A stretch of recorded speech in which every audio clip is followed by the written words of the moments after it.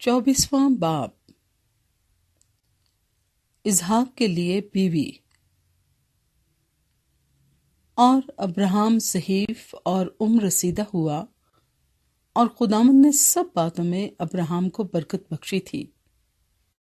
اور ابراہیم نے اپنے گھر کے سال خوردہ نوکر سے، جو اس کی سب چیزوں کا مختار تھا، کہا، تو اپنا ہاتھ ذرا میری ران کے نیچے رکھ، کہ میں تجھ سے خداوند کی، جو زمین و آسمان کا خدا ہے، قسم لوں کہ تو کنانیوں کی بیٹیوں میں سے، جن میں رہتا ہوں، کسی کو میرے بیٹے سے نہیں بیاہے گا، بلکہ تو میرے وطن میں میرے رشتہ داروں کے پاس جا کر میرے بیٹے اسحاق کے لیے بیوی لائے گا۔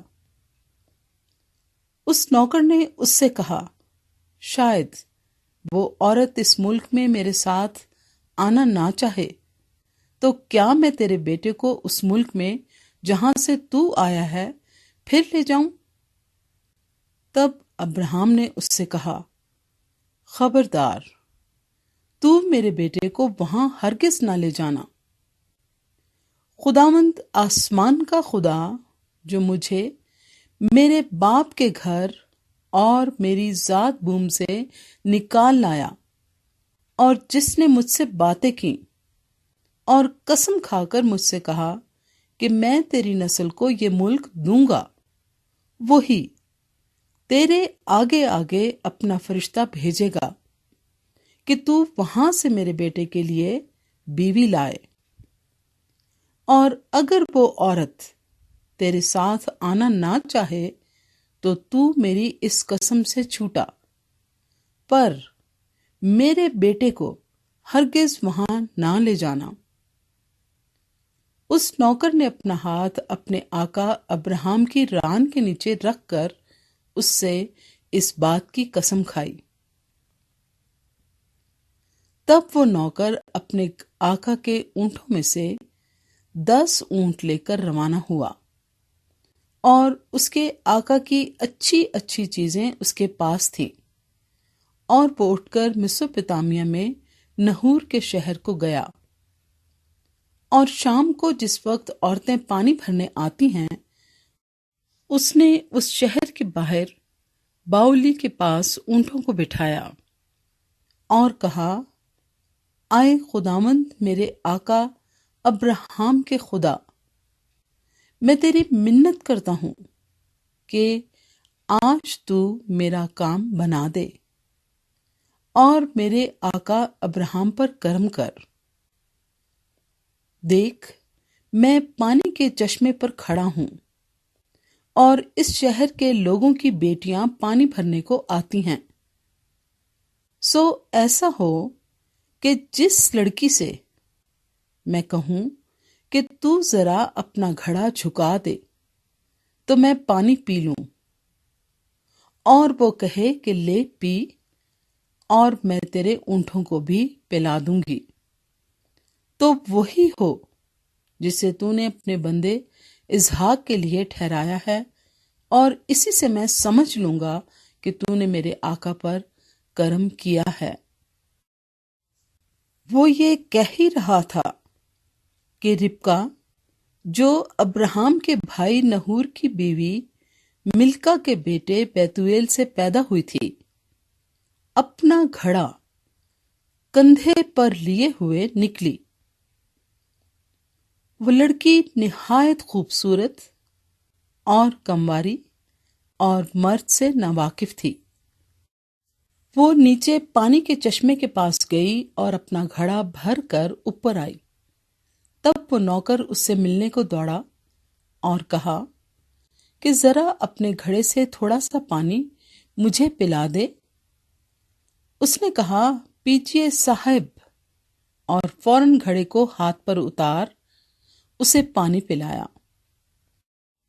جب اسے پلا چکی تو کہنے لگی کہ میں تیرے اونٹوں کے لیے بھی پانی بھر بھر لاؤں گی جب تک وہ پی نہ چکیں، اور فوراً اپنے گھڑے کو حوض میں خالی کر کے پھر باولی کی طرف پانی بھرنے دوڑی گئی اور اس کے سب اونٹوں کے لیے بھرا۔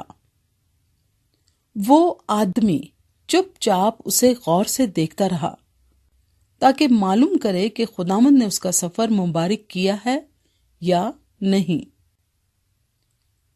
اور جب اونٹ پی چکے تو اس شخص نے نفس مسکال سونے کی 1 نتھ اور 10 مسکال سونے کے 2 کڑے اس کے ہاتھوں کے لیے نکالے اور کہا کہ ذرا مجھے بتا کہ تو کس کی بیٹی ہے، اور کیا تیرے باپ کے گھر میں ہمارے ٹکنے کی جگہ ہے؟ اس نے اس سے کہا کہ میں بیتویل کی بیٹی ہوں، وہ ملکا کا بیٹا ہے جو نحور سے اس کے ہوا، اور یہ بھی اس سے کہا کہ ہمارے پاس بھوسا اور چارہ بہت ہے اور ٹکنے کی جگہ بھی ہے۔ تب اس آدمی نے جھک کر خداوند کو سجدہ کیا اور کہا، خداوند میرے آقا ابراہیم کا خدا مبارک ہو، جس نے میرے آقا کو اپنے کرم اور راستے سے محروم نہیں رکھا، اور مجھے تو خداوند ٹھیک راہ پر چلا کر میرے آقا کے بھائیوں کے گھر لایا۔ تب اس لڑکی نے دوڑ کر اپنی ماں کے گھر میں یہ سب حال کہہ سنایا۔ اور ربکا کا ایک بھائی تھا جس کا نام لابن تھا، وہ باہر پانی کے چشمے پر اس آدمی کے پاس دوڑا گیا، اور یوں ہوا کہ جب اس نے وہ نتھ دیکھی اور وہ کڑے بھی جو اس کی بہن کے ہاتھوں میں تھے، اور اپنی بہن ربکا کا بیان بھی سن لیا کہ اس شخص نے مجھ سے ایسی ایسی باتیں کہیں، تو وہ اس آدمی کے پاس آیا اور دیکھا کہ وہ چشمے کے نزدیک اونٹوں کے پاس کھڑا ہے۔ تب اس سے کہا، اے تو جو خداوند کی طرف سے مبارک ہے، اندر چل، باہر کیوں کھڑا ہے؟ میں نے گھر کو اور اونٹوں کے لیے بھی جگہ کو تیار کر لیا ہے۔ بس وہ آدمی گھر میں آیا اور اس نے اس کے اونٹوں کو کھولا اور اونٹوں کے لیے بھوسا اور چارہ اور اس کے ساتھ کے آدمیوں کے پاؤں دھونے کو پانی دیا، اور کھانا اس کے آگے رکھا گیا۔ پر اس نے کہا کہ میں جب تک اپنا مطلب بیان نہ کر لوں نہیں کھاؤں گا۔ اس نے کہا، اچھا کہہ۔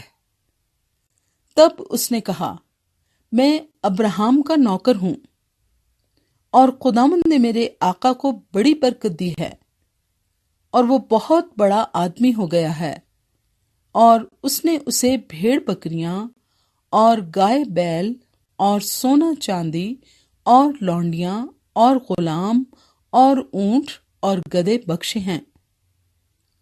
اور میرے آقا کی بیوی سارا کے جب وہ بڑھیا ہو گئی، اس سے ایک بیٹا ہوا، اسی کو اس نے اپنا سب کچھ دے دیا ہے۔ اور میرے آقا نے مجھے قسم دے کر کہا کہ تو کنانیوں کی بیٹیوں میں سے جن کے ملک میں میں رہتا ہوں کسی کو میرے بیٹے سے نہ بیاہنا، بلکہ تو میرے باپ کے گھر اور میرے رشتہ داروں میں جانا اور میرے بیٹے کے لیے بیوی لانا۔ تب میں نے اپنے آقا سے کہا کہ شاید وہ عورت میرے ساتھ آنا نہ چاہے۔ تب اس نے مجھ سے کہا کہ خداوند جس کے حضور میں چلتا رہا ہوں اپنا فرشتہ تیرے ساتھ بھیجے گا اور تیرا سفر مبارک کرے گا۔ تو میرے رشتہ داروں اور میرے باپ کے خاندان میں سے میرے بیٹے کے لیے بیوی لانا، اور جب تو میرے خاندان میں جا پہنچے گا تب میری قسم سے چھوٹے گا، اور اگر وہ کوئی لڑکی نہ دیں تو بھی تو میری قسم سے چھوٹا۔ سو میں آج پانی کے اس چشمے پر آ کر کہنے لگا، اے خداوند میرے آقا ابراہیم کے خدا، اگر تو میرے سفر کو جو میں کر رہا ہوں مبارک کرتا ہے تو دیکھ میں پانی کے چشمے کے پاس کھڑا ہوتا ہوں، اور ایسا ہو کہ جو لڑکی پانی بھرنے نکلے اور میں اس سے کہوں کہ ذرا